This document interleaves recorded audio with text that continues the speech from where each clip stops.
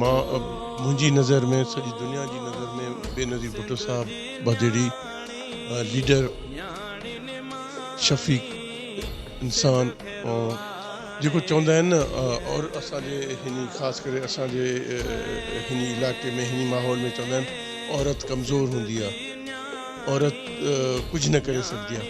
उहो मोहतरमा बेनज़ीर भुट्टो साबित कयो त औरत केतिरी स्ट्रॉन्ग हूंदी आहे। इन साबित कयो त हिकिड़ो औरत डिक्टेटर खे कीअं ललकारियो ऐं उनजो मुक़ाबिलो कीअं कई।